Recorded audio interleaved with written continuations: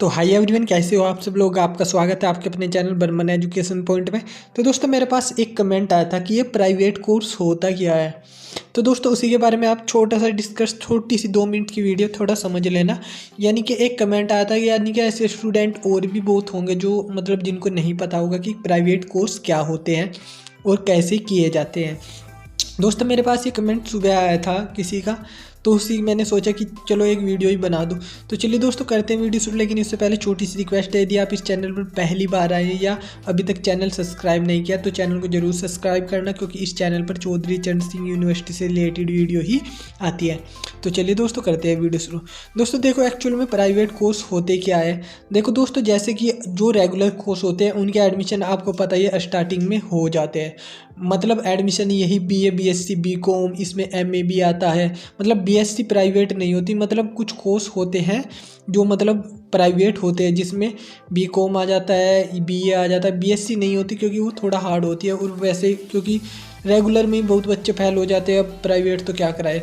लेकिन उसका थोड़ा अलग है, वो प्रोफेशनल ट्रेडिशनल कोर्स होते हैं, उनका मैं कभी बाद में डिस्कस करूंगा।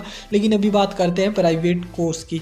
तो क्या होता है, जब एडमिशन होते हैं कुछ बच्चे तो रेगुलर लेते हैं, जिनको पूरे साल क्लास अटेंड करनी होती है, प्रैक्टिकल अटेंड करने होते हैं, ठीक है। तो वो तो होता है रेगुलर, यानी कि आपको नियमित रूप से डे बाय डे क्लास जाना होता है। और बात करते हैं प्राइवेट की। प्राइवेट कॉलेज में क्या होता है, प्राइवेट में आपको सिर्फ पेपर देने होते हैं। यानी कि आपको एक एग्जामिनेशन फॉर्म फिल करना होता है, फीस जमा करनी होती है। वो एग्ज़ाम फॉर्म कॉलेज में जमा करना होता है, जिस कॉलेज से भी आप फॉर्म भर सकते हो, ठीक है। अब किसी कॉलेज से जैसे कि आपने प्राइवेट भर लिया है तो वहाँ पे आपको पेपर देने होते हैं 2 महीने बाद। तो यही होता है प्राइवेट कोर्स। अब प्राइवेट का ऐसा होता है कि आज आपने यहाँ इस कॉलेज से प्राइवेट फॉर्म डाल लिया, ज़रूरी नहीं होता कि आप सेकेंड ईयर भी इसी कॉलेज से प्राइवेट फॉर्म डालोगे। आप किसी दूसरे कॉलेज से भी प्राइवेट कर सकते हो और गैप दे के भी कर सकते हो। यानी कि जैसे कि आपने अभी गैप आ गया, आपका 1 साल आपने किया, फिर आपको कुछ मतलब ऐसा हो गया कि आप नहीं दूसरे साल में एग्ज़ाम फॉर्म भर पाए, तो आप तीसरे साल में कर सकते हो सेकंड ईयर।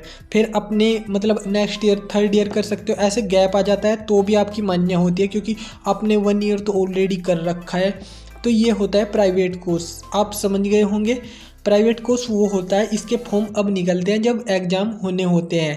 यानी कि जब एक एनुअल पूरा हो जाता है तो उससे कुछ पहले इसके एग्जामिनेशन फॉर्म निकलते हैं, आपको उन्हें फिल करने होते हैं, फिर आपको कॉलेज में सबमिट करने होते हैं, और फिर आपके 2 मंथ के गैप में आपके मतलब प्राइवेट यानी कि एग्ज़ाम हो जाते हैं।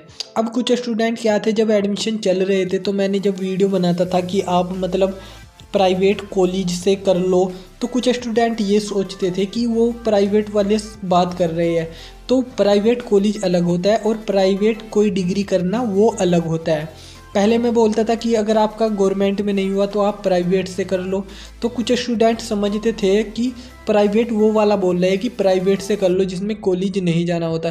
तो ये भी डिफरेंस है होता है, क्योंकि ये समझ नहीं पाते। फर्स्ट ईयर आने पे सब समझ जाते हैं। तब मैं प्राइवेट कॉलेज की बात करता था, अब मैं प्राइवेट डिग्री की बात कर रहा हूँ। तो मैं समझ रहा हूँ कि आप समझ गए होंगे कि मैं क्या कहना चाहता हूँ और प्राइवेट क्या होता है। तो आप समझ गए होंगे, होप आशा करता हूँ कि आप समझ गए होंगे मैं आपको क्या समझाना चाह रहा हूँ। तो दोस्तों अभी तक के लिए तो मैं मिलता हूँ नेक्स्ट वीडियो में, तब तक के लिए वंदे मातरम, जय हिंद।